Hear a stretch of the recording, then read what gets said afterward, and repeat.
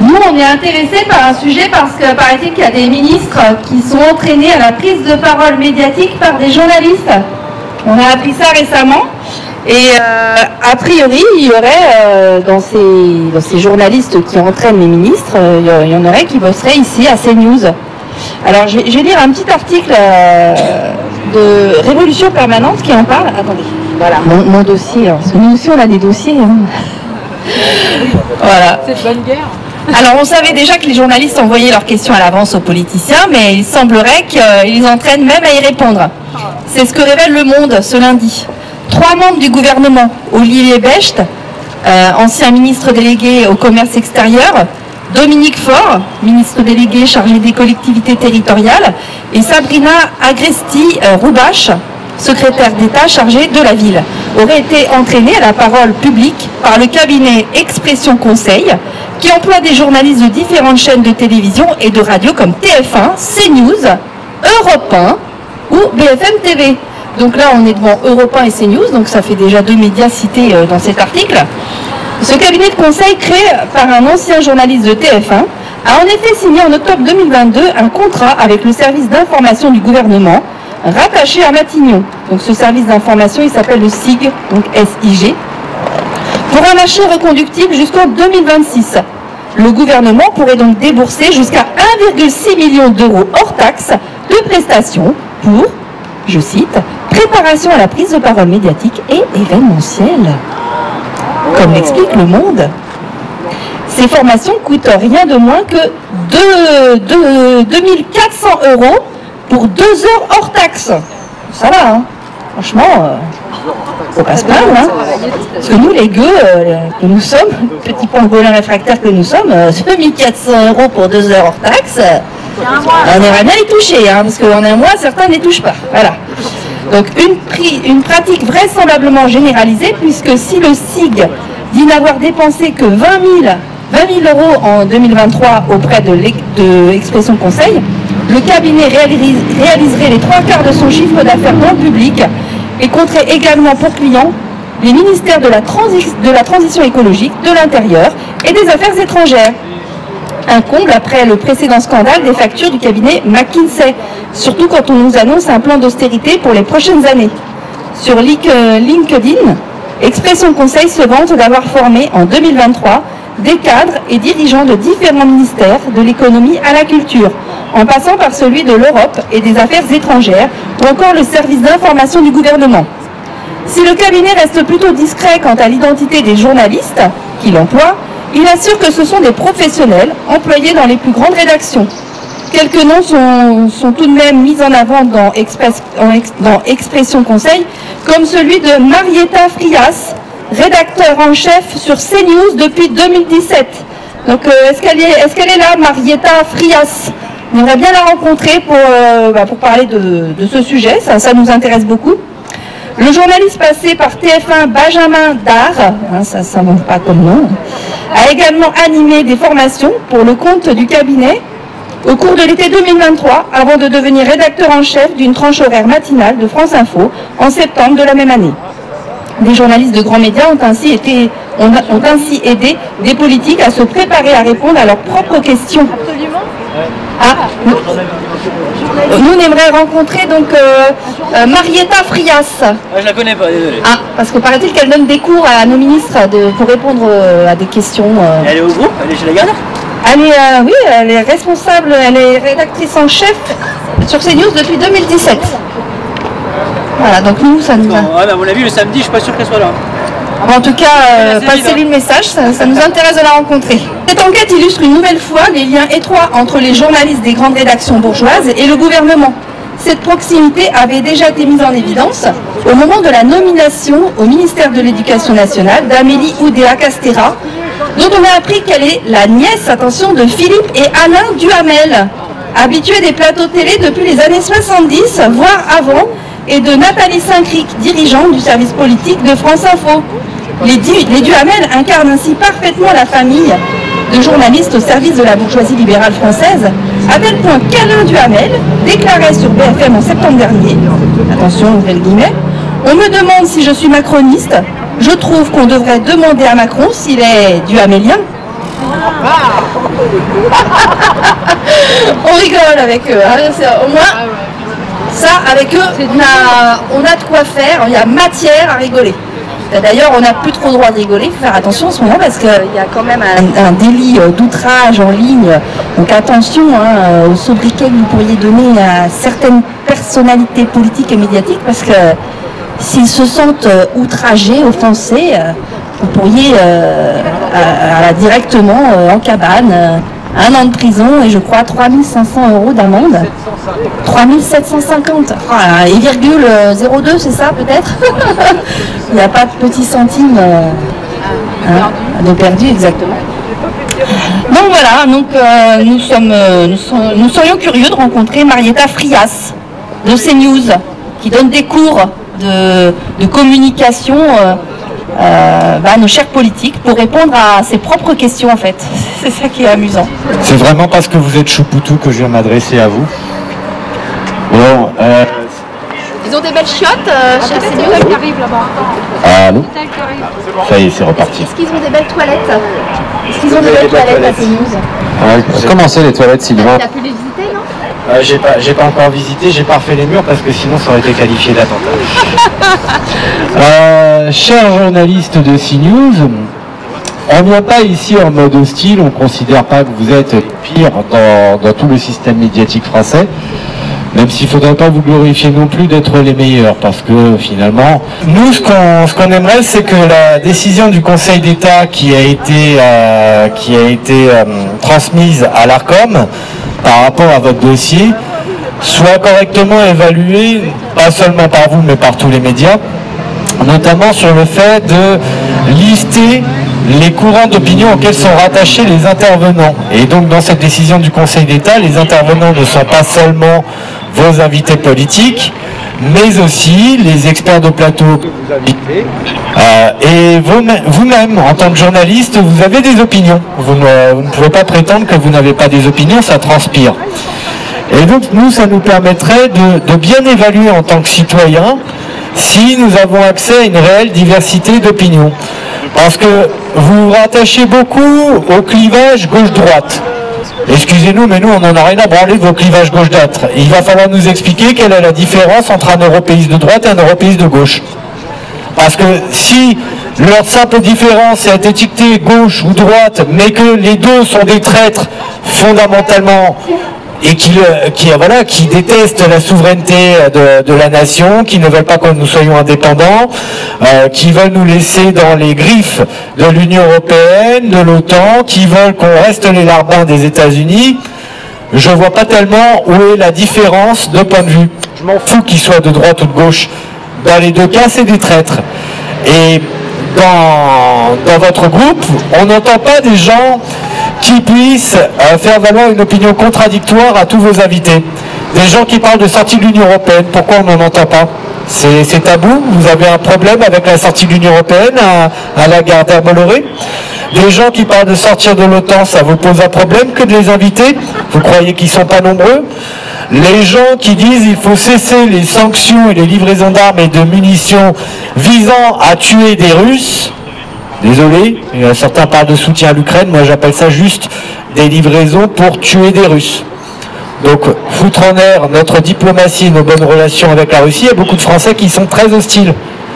Qu'importe les propos angéliques qui viseront à faire passer ces actes comme des choses bienveillantes et magnifiques et tout à fait morales. Donc quand on veut tuer des gens par procuration, ça n'est absolument pas moral. Vous pourrez toujours l'enrober de toutes les façons possibles avec du narratif, du récit, des éléments de langage. Quand on est favorable à ce que la France tue par procuration, par l'aide de la chair à canon ukrainienne, des soldats et des civils russes, moi ça me pose un problème moral, un grave problème moral. Et il y a des gens qui sont très hostiles à ça.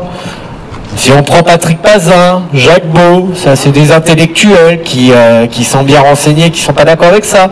On a beaucoup de généraux en France qui sont à la retraite et qui sont très hostiles à ce que l'on fait actuellement avec la Russie. Et on a aussi énormément de personnalités politiques et d'intellectuels qui sont très hostiles à notre appartenance à l'Union européenne et l'OTAN. Et pourtant, ces gens-là, vous les censurez. C'est quoi votre problème? Ils n'ont pas voulu se cataloguer droite ou gauche? C'est ça votre difficulté? Est-ce que vous pensez que le peuple français, s'il était consulté par référendum sur ces questions cruciales de souveraineté, si on nous demandait, faut-il sortir de l'UE et l'OTAN, s'il faut destituer Macron, s'il faut arrêter les sanctions contre la Russie, vous croyez quoi? Que ce serait votre narratif à la con qui fonctionne? Ou alors que la majorité des gens voteraient exactement contre ce que vous leur avez dit pendant des années? En fait, la réponse, elle a été donnée par Emmanuel Macron lui-même. Vous savez, cet enfoiré qu'on serait ravi de destituer et jeter en prison pour haute trahison, hein, c'est notre problème de gueule, gilet jaune, vous ne pouvez pas comprendre, mais nous on considère que ce mec-là doit aller en prison. C'est d'ailleurs ce point de vue-là, on ne peut pas l'entendre chez vous. Vous êtes censé être un contre-pouvoir en tant que média, vous êtes tout contre le pouvoir. Vous n'êtes pas un contre-pouvoir, vous êtes tout contre le pouvoir. Parce que des gens qui expliquent par A plus B, avec des faits, du droit, que la bonne place de Macron, c'est la tôle, et certainement pas à l'Élysée, ah non, ça, faudrait pas se poser de problème avec la Macronie quand même. Vous avez les licences de l'ARCOM à récupérer, faudrait pas avoir des ennuis. On a bien compris un petit peu votre lâcheté. Et nous, ce qu'on veut, c'est juste que vous soyez au clair. Si vous êtes des européistes et des atlantistes, vous nous le dites, vous nous expliquez que chez nous, malgré ce que vous dites, il n'y a pas de diversité d'expression, c'est pas ce que vous voulez, et que vous n'allez laisser passer, comme dans tous les autres médias, hein, tous les autres médias font la même chose, que des européistes, que des larbins de Washington, que des va-t-en-guerre, que des macronistes ou des gens qui considèrent que Macron est tout à fait légitime, et puis au moins les choses seront claires. Parce que, puisque l'ARCOM désormais va devoir vous demander de lister les courants d'opinion qui ont le droit de citer dans vos médias, on va bien le voir, la case vide sur patriote, pacifiste, hostile à l'UE et l'OTAN. Elle va exister cette case, sauf qu'elle sera jamais noircie. Parce que si c'est vos propos à vous, les propos des experts que vous invitez ou des politicards que vous invitez, il n'y aura qu'une seule case. Les européistes les traitent les va-t-en-guerre, les larbins de Washington. Il n'y a pas d'autre case pour ces gens-là. Vous pouvez dire, ouais, c'est gauche et droite, on en a rien à branler, c'est des traîtres. C'est des traîtres qui se disent de gauche ou de droite, qui se disent du RN, de l'opposition du RN qui est au Parlement européen, est exactement comme la Macronie. Ils avalisent toutes les saloperies de l'Union européenne, ils sont pour l'Union européenne. En quoi c'est une opposition à la Macronie? Et puis, vous allez nous dire, mais il y a la LFI. Ces mêmes gens dont vous avez raison de dire que lorsque vous les invitez, ils refusent de venir, ce qui est inacceptable. Je serais d'accord pour faire une loi qui impose à tous les responsables politiques d'être obligés de répondre à des demandes d'entrevue de n'importe quel média, même si ça ne leur plaît pas. Mais néanmoins, c'est aussi une fausse opposition. Ces gens-là sont tout aussi européistes que la Macronie, ils ne veulent pas nous sortir de l'Union européenne. Donc quelle est cette putain d'opposition dont on parle? Elle est où si ce n'est dans la rue? Qu'est-ce qui vous gêne à l'idée d'interroger des gens qui ne pensent pas comme on nous le demande de penser tout le temps? Qu'est-ce qui vous emmerde à l'idée d'inviter des gens qui veulent sortir de l'UE et l'OTAN? Je vous le demande, c'est quoi votre problème avec la souveraineté qui est un principe prévu par la Constitution? Normalement, la souveraineté nationale est sanctuarisée par le titre 1er de notre Constitution. C'est pas un délire complotiste, la souveraineté nationale. C'est pas ça, c'est réputé. La souveraineté est réputée une et indivisible, imprescriptible et inaliénable. Est-ce que vous comprenez ce courant philosophique, ce que ça signifie? La souveraineté, je répète, est réputée une et indivisible, imprescriptible et inaliénable. Est-ce que ça colle avec l'européisme? Est-ce que ça colle avec le fait de céder la souveraineté des Français à des instances qui n'ont aucune légitimité? Ce sont des puissances étrangères, van der Leyen, cette pute-là. Pourquoi on serait censé être d'accord avec ce qu'elle nous fait passer? C'est une Allemande, personne ne l'a élue, cette poufiasse. Elle est pétée de problèmes de corruption, ça vous emmerde d'en parler. Pourquoi vous ne parlez pas des conflits d'intérêts et de la corruption qui gravitent autour de cette salope de Van der Leyen? De la même façon, Victoria Nuland, est-ce qu'on a eu un seul dossier sur cette pétasse américaine qui était secrétaire d'État aux affaires européennes aux États-Unis, donc au ministère des Affaires étrangères, et qui n'est pas du tout innocent dans ce qui s'est passé en Ukraine depuis 2014? On peut même dire que les États-Unis ont installé leur gouvernement en Ukraine. Et Madame Nuland le révèle très clairement en commission parlementaire au Sénat américain. Elle le dit, elle le répète. Et on a plein d'autres enregistrements et de témoignages où elle le dit, elle le répète. Et elle dit même les chiffres en dollars, des milliards de dollars qui ont été injectés pour subvertir l'Ukraine aux intérêts américains et pour fâcher la Russie. Ça vous dérange d'en parler? Pourquoi vous ne faites pas de dossier sur cette salope, qu'on comprenne bien la réalité de la géopolitique? Vous voulez pas nous en parler? Les milliers de morts qu'il y a eu dans le Donbass, par des vrais nazillons, parce que vous avez l'air aussi d'être un petit peu gêné aux entournures avec l'idée de dire l'Ukraine c'est une grande démocratie. L'Ukraine qui annule les élections présidentielles, Zelensky, ce grand démocrate qui ne veut surtout pas réorganiser l'élection parce qu'il sait qu'il perdrait. Et cette grande démocratie qui a été complètement noyautée par des vrais nazillons. Vous savez, cette fameuse Victoria Nuland dont je parlais, elle s'était fait prendre en photo avec un gars qui s'appelle Oleg Tyanibok. C'est un nom qu'on n'a jamais entendu dans vos médias pour parler de l'Ukraine. C'est un Ukrainien, le mec. C'est le président du parti Zoboda, un parti néo-nazi. Pravi Sector, ça vous dit quelque chose? Pravi Sector, en Ukraine, ils sont très très connus. C'est eux qui faisaient des exactions dans le Donbass, qui allaient liquider des gens, qui allaient liquider des opposants. Et ils étaient payés par un oligarque local, Igor Kolomoïski, un mec dont on n'a jamais entendu parler non plus dans tous nos médias, pas seulement le vôtre, mais dans tous nos médias, on n'a jamais entendu parler de cette pourriture. Jamais. Et il a financé des néo-nazis alors que le mec, il est feuge, il est juif. Et il a financé des néo-nazis. Bon, remarquez, quand on a Bernard-Henri Lévy qui vient aussi s'acoquiner avec des nazis en Ukraine et qui se prend en photo à côté d'eux, on peut se dire que finalement c'est à géométrie variable, la question de l'antisémitisme, de sa lutte, etc. Donc, il y a des informations que vous ne communiquez pas pour que les Français soient bien conscients de ce qui est en jeu. Il y a des gens que vous n'invitez pas parce qu'il est hors de question que nous puissions avoir accès à toutes les informations et tous les courants d'opinion. Et ensuite, vous allez chouiner en vous disant, regardez, la gauche, ils sont en train de nous attaquer, de vouloir nous brider, nous empêcher de parler, alors qu'on fait de la diversité d'expression. Ben, arrêtez. À d'autres. Vous me prenez vraiment pour des cons. Enfin, je veux dire, regardez les enquêtes du Cevipof. Les enquêtes du Cevipof, qui sont à peu près ce qu'il y a de plus sérieux, c'est mené par Sciences Po et je ne sais plus quel organisme de sondage, témoignent que parmi les institutions les plus détestées des Français, les médias, c'est dans le peloton de tête. Ça vous gêne pas? Parce que ça, c'est assez objectif quand même, ce genre d'études. Les Français, pour la majorité d'entre nous, ne vous font plus confiance. Il n'y a plus aucune crédibilité de la part des journalistes. Moi, personnellement, si je faisais votre boulot et que je savais que la majorité des Français ne me considéraient pas comme crédible, je me sentirais un petit peu mal à l'aise. Parce que logiquement, un journaliste doit pouvoir se dire, les gens ont confiance aux informations que je viens livrer. Or, personne n'a confiance en vos informations. Personne n'est dupe de votre propagande. Et regardez à quel point vous êtes lâches. On est venu jusque dans vos bureaux à l'accueil là pour dire faites-nous descendre un journaliste, un médiateur de la gare d'Herbe-Bolloré, pour qu'on discute un peu paisiblement de tout ce qui est question de liberté d'expression. Est-ce que vous nous avez envoyé quelqu'un pour discuter? Non. Vous avez peur, vous êtes paniqué, vous envoyez uniquement vos vigiles. Il y a déjà les flics, ça sert à rien. On mange personne, on n'est pas nombreux. Vous n'êtes pas foutu d'avoir une réaction cohérente, de dire il faut apaiser les choses, il faut décourager ces gens de revenir en leur démontrant qu'on est capable de s'améliorer et de discuter. Vous n'êtes pas à discuter avec l'opinion publique. L'opinion publique, vous en avez rien à foutre. Vous êtes certain que l'opinion publique, c'est vous. Vous êtes tous des bobos parisiens, des macronistes, des atlantistes, des européistes. Ça, c'est votre délire idéologique particulier. La majorité de la population ne pense pas comme vous.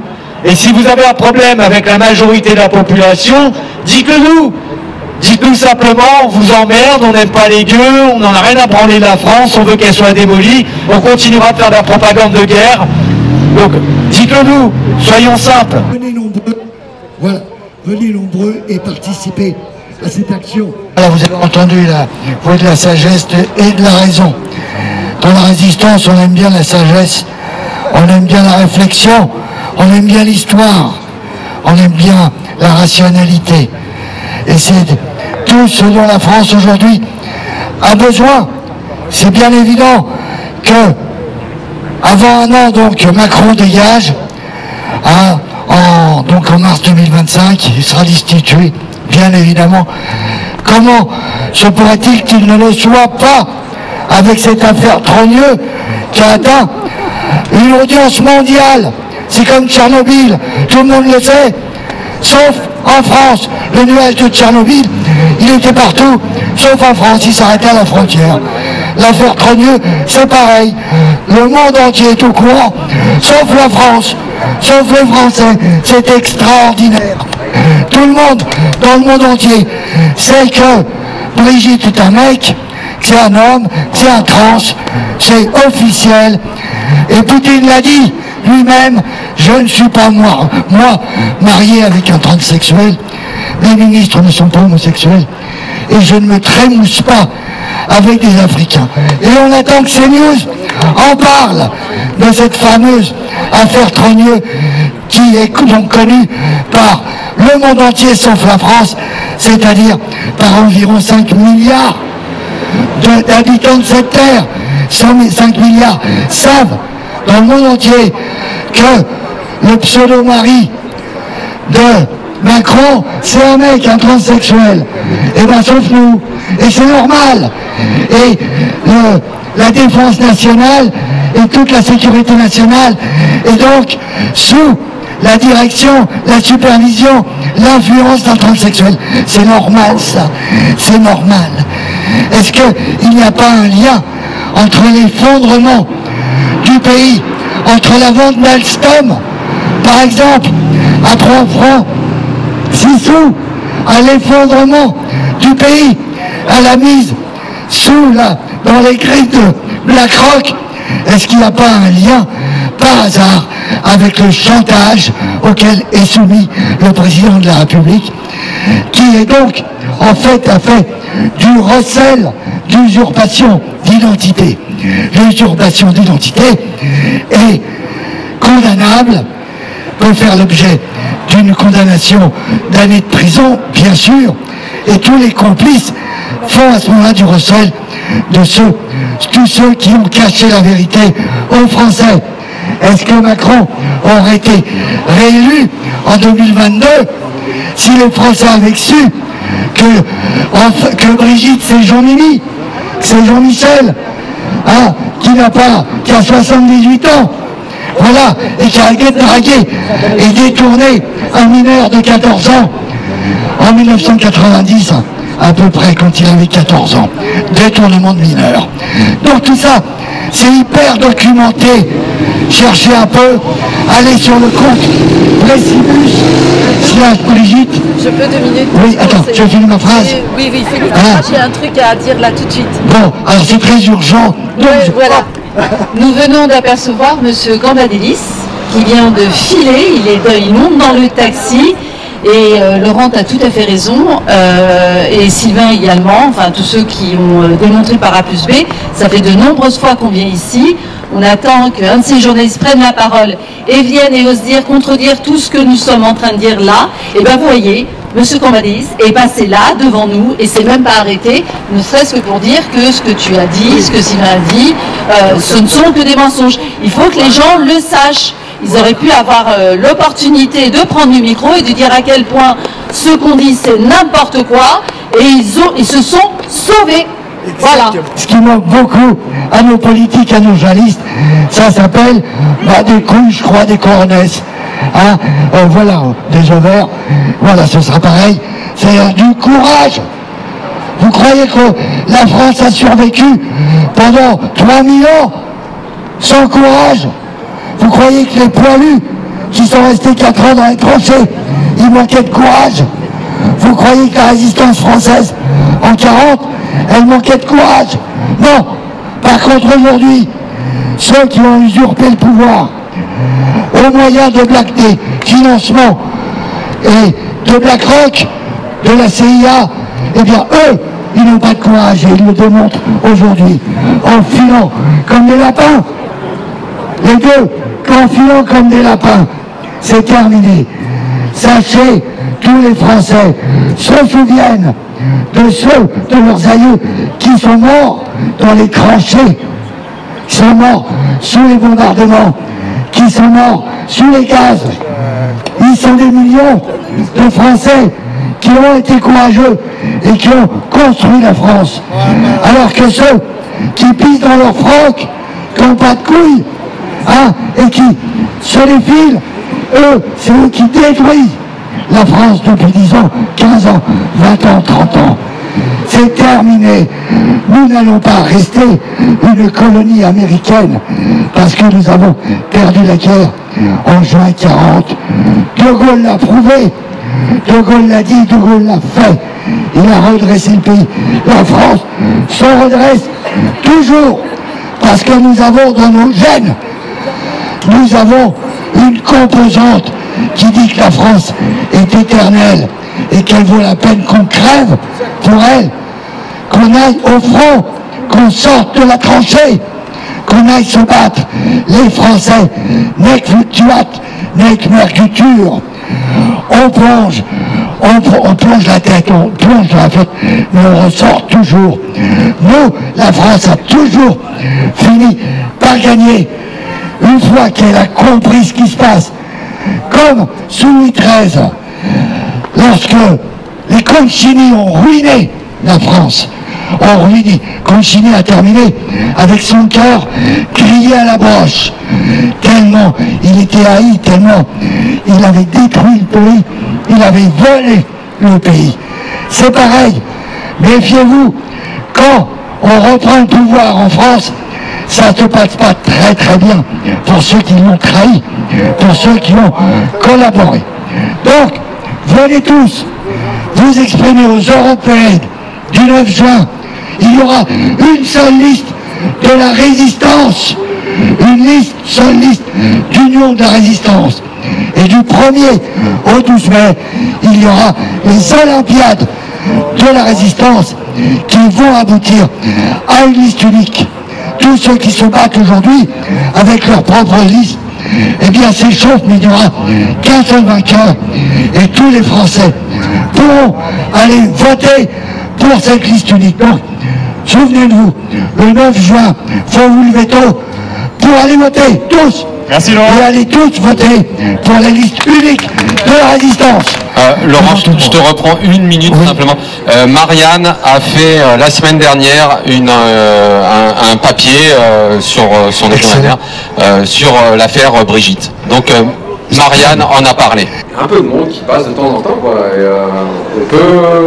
C'est moins vite qu'à TF1 et LCI. On dirait qu'ils bossent plus à CNews. Oui, ils bossent plus. Et pourtant, il y a un journaliste qui est sorti qui a dit qu'il n'y avait personne. Il n'y a pas grand monde. Et là, on a vu Philippe, ou Jean-Philippe Cambadélis. Et voilà, on vous gratifiera d'une interview. La prochaine fois, c'est promis. Anti-propaganda, vigie, média. Anti-propaganda, vigie, média. Anti-propaganda. Vous avez écouté Jean-Michel Fournieux? Vous avez entendu parler de cette affaire? Parce que c'est un très proche de Macron, hein. Le samedi du mois pour dénoncer l'action du 4e pouvoir en France. Qu'est-ce que le 4e pouvoir? C'est le pouvoir médiatique. Le pouvoir qui est là pour vous faire penser autrement, pour guider votre esprit, pour vous faire accepter des choses inacceptables, telles que la guerre.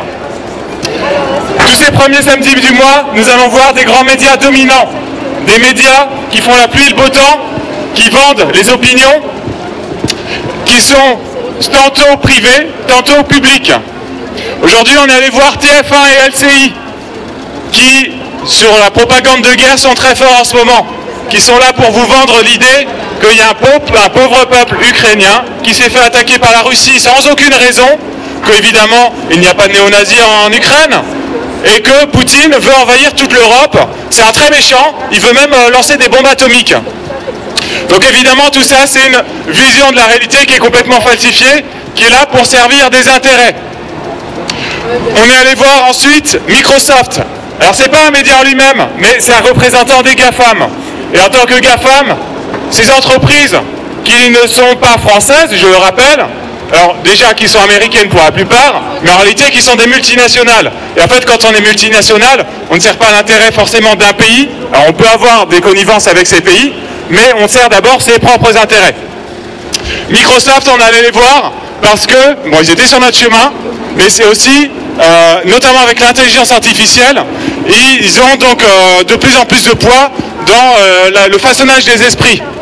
C'est aussi une entreprise qui fait de la surveillance de masse et qui vend des informations, qui donne des informations aux différents gouvernements. D'abord le gouvernement américain, bien sûr, mais aussi les autres gouvernements et notamment le français. C'est aussi une entreprise, comme on l'a dit tout à l'heure, une entreprise qui conserve des données françaises sur leur territoire. On a notamment toutes les données de santé qui ont été offertes par Macron, qui sont présentes sur des serveurs Microsoft. Et qu'est-ce que font des données quand elles sont sur un serveur Microsoft? Elles sont analysées par l'intelligence artificielle de façon à mieux vous connaître que vous ne vous connaissez vous-même. On va lier ça évidemment avec les données qu'on a pu récupérer sur Facebook, les données qu'on a pu récupérer, donc Meta, donc de façon plus large, c'est-à-dire Instagram, Messenger. On va également rajouter tout ce qui vient de Google, notamment donc, le moteur de recherche, YouTube, voilà, TikTok éventuellement. Et donc avec toutes ces données et l'intelligence artificielle, on est capable non seulement de créer une sorte de profil général d'une nation, de savoir comment s'adresser à chacun pour justement modifier l'opinion et mieux vous connaître que vous connaissez vous-même. On a continué donc sur cette notion de façonnage de l'opinion publique, à travailler, à visiter donc France Télévisions. France Télévisions, c'est quand même un média qui coûte des milliards chaque année et qui est financé par le peuple français, c'est-à-dire moi, nous, vous. Tout le monde paye des impôts, surtout depuis que la redevance a été annulée. La redevance n'est plus présente dans les impôts, vous n'avez plus cette case à cocher. Maintenant, que vous le vouliez ou non, vous financez cette propagande-là. Et malheureusement, en tant que propriétaire de cette propagande, de ce média, justement, on voudrait qu'il y ait certaines idées, certains faits qui soient relayés et ne sont jamais sur ces ondes. Donc en tant que média public, évidemment, on devait aller en voir un, c'est eux ou Radio France. On est ensuite allé voir le fameux BFM, BFM TV, donc, qui est la chaîne qui dicte ce qu'on doit penser, qui notamment fait une grosse propagande de guerre, mais aussi une propagande sioniste, et qui dernièrement, donc, BFM TV a changé de propriétaire. Et donc, on attend de voir, mais a priori, c'est un peu toujours la même chose. Diffuser toujours une information qui va servir des intérêts, l'intérêt des super riches. Et donc, quels que soient les médias, on ne va jamais voir de médias qui vont promouvoir l'idée qu'il faudrait que la France soit souveraine, que la France retrouve les manettes de son pays. Actuellement, on est dans un état où tout est dicté, une bonne partie est dictée en fait par les sociétés privées, alors que ce soit directement par les proches, par les connaissances des politiques, par les réseaux qui peuvent exister, alors par les réseaux sociaux évidemment, des réseaux beaucoup plus étroits, mais également par les lobbies qui vont directement s'adresser au gouvernement français, mais qui vont également s'adresser à l'Union européenne. Et donc l'Union européenne, elle, qui est dirigée directement par la Commission européenne, alors on vous vend cette idée que l'Europe c'est génial et sans l'Europe on ne pourrait pas s'en sortir, sauf qu'aujourd'hui l'Europe c'est quelque chose de très bloquant et surtout l'Europe c'est quelque chose qui est complètement dirigé par la Commission européenne et non pas le Parlement européen. Je rappelle, dans l'Union européenne, on a différentes instances. On a une instance qui est démocratique, qui est donc le Parlement européen, et on va devoir là prochainement voter pour ce Parlement. Le problème, c'est que ce Parlement a très peu de pouvoir. Et ce Parlement, en fait, ne peut pas initier des lois. Le seul qui peut initier des lois, c'est la Commission européenne. La Commission européenne, elle, n'est pas élue par le peuple. Et la Commission européenne, aujourd'hui, elle est dirigée par Ursula von der Leyen, et qui va prendre des décisions pour l'ensemble des pays de l'Union européenne. Et telle qu'elle est construite, malheureusement, les décisions qui sont prises sont les décisions les plus importantes sur notre pays aujourd'hui. C'est-à-dire que toutes les notions qui sont un peu secondaires, on les laisse être débattues au sein du pays même, donc par exemple en France, mais par contre tout ce qui relèvera de l'économie, tout ce qui relèvera des normes sanitaires, par exemple les contrats avec Pfizer, tout ça, ce sont des contrats, des serrages de main, des petits réseaux, comme je disais tout à l'heure, qui vont se faire et qui vont être initiés par la Commission européenne, qui va dicter en fait les grandes orientations économiques et politiques européennes, ce qu'on appelle les GOPE. Un certain nombre de partis politiques proposent de sortir de l'Union européenne. Alors sortir de l'Union européenne, évidemment, ce n'est pas sortir du reste du monde, c'est simplement sortir d'un traité, sortir éventuellement sortir de l'OTAN également, qui nous mène à la guerre. Et ça, en fait, c'est pas une idée idiote, dans le sens où en 2005, les Français se sont prononcés contre la constitution qu'on leur vendait, la constitution de Rome II, il me semble. Les Français ont été contre, et Sarkozy ensuite nous a fait passer par derrière, nous a fait rentrer en fait dans cette constitution complètement bloquante et qui vise en fait à promouvoir l'ultra-libre-échangisme. Donc forcément, ça va plaire à tous les ultra-riches, et tous les ultra-riches qui se sont emparés des grands médias. Et c'est là qu'on continue justement notre tournée, donc à BFM, évidemment, qui aujourd'hui donc a changé de propriétaire avec monsieur Saadé, Rodolphe Saadé, qui donc a pris dernièrement le contrôle de BFM, et qui évidemment aurait plutôt des intérêts à promouvoir le libre-échangisme. Et je rappelle que le libre-échangisme complet, ça amène quoi? Ça amène en fait à mettre des pays avec des normes très différentes en termes de social, en termes d'écologie, en termes de respect de l'environnement, de les mettre à égalité. Et donc forcément, les pays qui vont polluer, les pays qui vont exploiter leur population, les pays qui vont donc bafouer un certain nombre de règles qui bafouent en fait l'humanité, tout cela en fait, ils vont avoir des tarifs plus préférentiels. Et donc, les pays qui vont respecter certaines normes écologiques, certaines normes sociales, certaines normes environnementales, et ainsi de suite, de bienséance, ces pays-là sont en concurrence déloyale.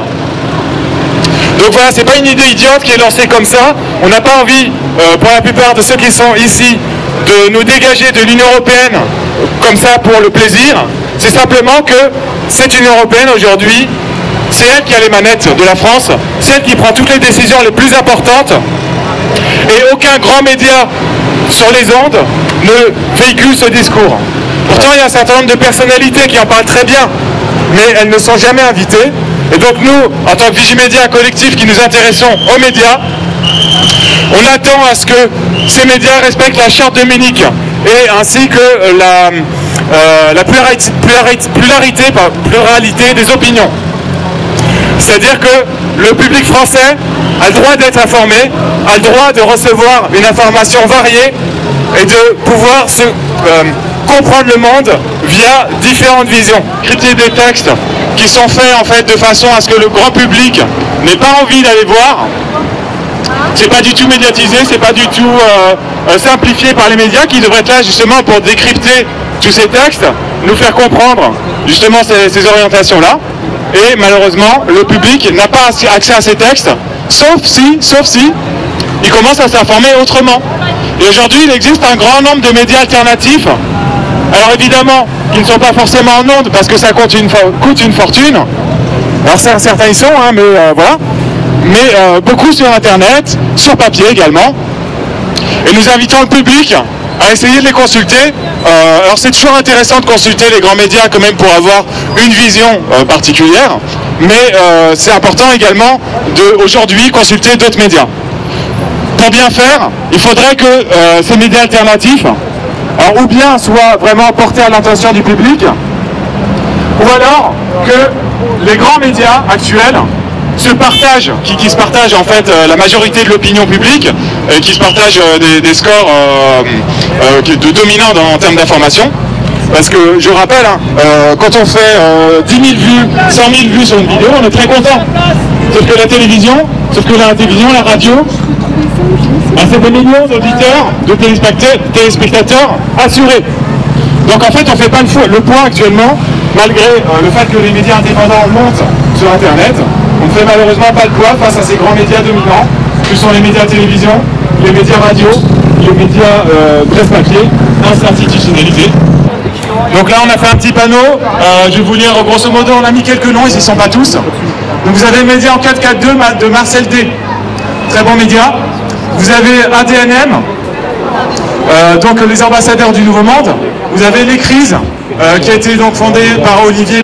Donc l'un des plus grands médias internet qui existe actuellement, qui ont vraiment une qualité exceptionnelle, qui se rapproche et même parfois qui dépasse la qualité de ce qu'on pourrait avoir en termes cosmétiques des grands médias actuels, et qui, eux, véhiculent des informations tout à fait alternatives par rapport à ce qu'on peut trouver sur les ondes. On a Thinkerview, eux aussi qui se sont fait connaître depuis bien longtemps, qui prennent le temps d'inviter des personnes, parfois pendant 2-3 heures, pour discuter de sujets de façon profonde, et qui invitent toujours des personnalités qui ont des choses à dire. On va voir le CSI, donc eux qui se sont fait tout à fait connaître suite au scandale qu'on a eu par rapport au Covid. Donc CSI, qu'est-ce que ça veut dire? C'est le Conseil scientifique indépendant. C'est donc en réaction au conseil scientifique qui avait été monté pendant la période Covid, dans laquelle on n'avait que des personnes qui avaient des conflits d'intérêts, et donc qui véhiculaient un message donné, qui n'allait pas au-delà. Et donc le CSI invite tous les scientifiques indépendants à pouvoir s'exprimer. Là, en l'occurrence, c'était sur le Covid, et en fait, en réalité, il touche bien d'autres sujets. On a le LLP, avec le logo qui ressemble à un petit point d'interrogation d'ailleurs. Donc c'est le libre penseur, qui est concrètement une personne qui s'appelle Salim Laibi. Donc c'est un peu le grand-père de l'information aujourd'hui. Disons que c'est l'un des plus vieux, l'un de ceux qui travaillent depuis le plus longtemps. Moi je le suivais depuis le début, depuis 2009. Il fait vraiment le boulot, il creuse les sujets.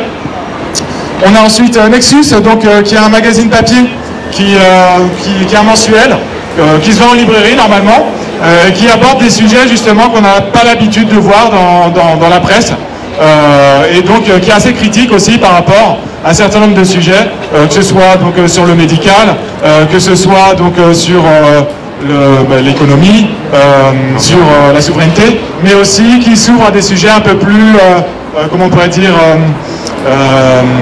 spirituels. En tout cas, il s'ouvre à différents horizons. On a Stratégica, eux qui font un excellent travail de géopolitique, de compréhension du monde, avec des articles formidables et donc des très bons auteurs. François, alors ici, toutes les personnes qui sont présentes les connaissent. Le public ne le connaît pas forcément, c'est un média qui s'est ouvert pendant la guerre, pendant la Seconde Guerre mondiale il me semble, puis en fait qui s'est un petit peu éteint, qui était beaucoup moins visible, et qui a été en fait repris dernièrement par Xavier Hazelberg, et qui a donné une information complètement alternative, notamment pendant la période du Covid, et donc qui font un excellent travail. Dernièrement, on a essayé de leur retirer leur agrément, heureusement pour eux, ils ont réussi à le garder, et donc voilà, c'est tous ces médias là que je suis en train de citer, et même de façon plus générale, tous les médias alternatifs. C'est énormément de travail en fait de produire de l'information et de la véhiculer, la travailler et de la proposer au public. Donc tous ces médias alternatifs, évidemment, si vous en avez la possibilité, nous vous invitons à les subventionner. Et leur donner un petit pourboire de temps à autre.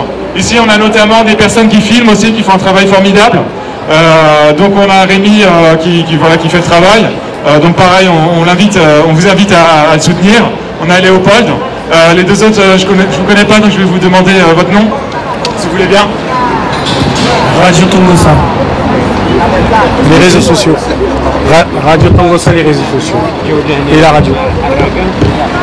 Voilà, en tout cas, il y a des gens qui sont là pour relayer cette information, même si en soi on n'est pas forcément très nombreux, malgré le contexte complètement incroyable qu'on est en train de vivre aujourd'hui, avec des va-t-en-guerre, alors que ce soit les politiques ou justement les médias qui ne cessent en fait de mettre de l'huile sur le feu, de créer des tensions supplémentaires par rapport à ce qui se passe notamment en Russie, avec une volonté de servir un discours de peur, une fois de plus. C'est-à-dire que vous vous souvenez des élections présidentielles dans lesquelles on a fait monter Sarkozy par rapport au fait que les Français avaient peur des banlieues. On a évidemment eu le Covid, dans lequel il fallait avoir peur du grand méchant virus. Et là aujourd'hui, donc, c'est la peur du grand méchant russe qui revient, et selon les médias, qui voudraient envahir l'Europe. Sauf que c'est faux. Il faut s'intéresser aux faits, et donc c'est pour ça qu'on vous proposait, là, si on revient, tu peux retourner le panneau s'il te plaît? Merci. On vous parlait d'investigation qui justement arrive à démêler la propagande de guerre et nous rappeler le contexte. C'est-à-dire que le contexte, ça commence pas au moment où Poutine attaque l'Ukraine, ça commence bien avant. Et petit fait que les gens ne connaissent pas, les jours qui précédaient l'attaque de la Russie par rapport à l'Ukraine, les États-Unis avaient annoncé que la Russie attaquerait l'Ukraine. Donc déjà, ils l'avaient annoncé comme des prophètes. Et le jour, la date qu'ils avaient annoncée, ça ne s'est pas produit.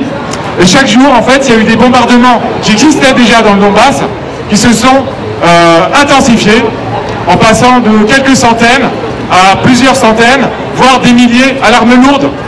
Donc en fait, c'était une montée progressive qu'ils ont faite jour après jour, obligeant la Russie finalement à intervenir par rapport à des meurtres. Des meurtres vraiment ignobles qui se passaient sur le territoire ukrainien, mais je rappelle le Donbass qui est une région plutôt russophone et justement qui était martyrisée par l'Ukraine parce que le public était plutôt russophile. Je reviens donc sur les médias indépendants. Vous avez le média qui est aussi un grand média alternatif qui lui a pu obtenir en fait une télévision, donc pareil qui fait vraiment de l'information de qualité. On a Géopolitique Profonde, qui aussi donc, font un travail de plus en plus intéressant, avec notamment GPTV, donc comme Géopolitique Profonde Télévision, qui font vraiment des émissions où ils vont au fond des choses, ils invitent des personnes exceptionnelles. On a Toxin, dont on parlait tout à l'heure, qui, pareil, une information régulière de qualité et alternative.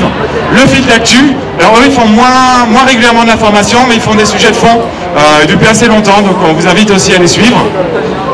Le front médiatique de Akina, qui fait aussi un travail formidable de l'information, encore une fois, qui prend le temps d'inviter les gens, de faire des débats, d'approfondir les sujets. Et le Canard Réfractaire, qui, donc pareil, un petit média alternatif, plutôt de gauche comme le média. Donc c'est-à-dire que là-dedans, on a vraiment tous les opinions. Hein. Vous êtes plutôt intéressé par la gauche, par la droite, vous trouverez ce que vous voulez là-dedans. Sauf qu'aujourd'hui, nous, ce qu'on dit, c'est que le problème, c'est que qu'on soit de droite ou de gauche, de toute façon, le problème, c'est qu'on n'a plus les manettes du pays. Et c'est pour ça qu'on dénonce fermement le travail de l'Union européenne et le travail des lobbies sur les lois qui peuvent sortir en France et surtout ce qui est appliqué. Donc tous ces candidats qui vous disent on va vous proposer ceci, cela, en fait malheureusement dans les traités européens c'est impossible. Et ils vont vous dire bah non mais en fait vous en faites pas, on va créer une autre Europe, on va créer une Europe française. En fait c'est impossible parce que pour créer une autre Europe, pour modifier l'Europe, l'Union européenne, il ne faut pas faire l'amalgame, il faut en fait que l'ensemble, tous les pays soient d'accord. Donc ça c'est une première chose, déjà que tous les dirigeants soient d'accord, et ensuite que ce soit ratifié par tous les pays.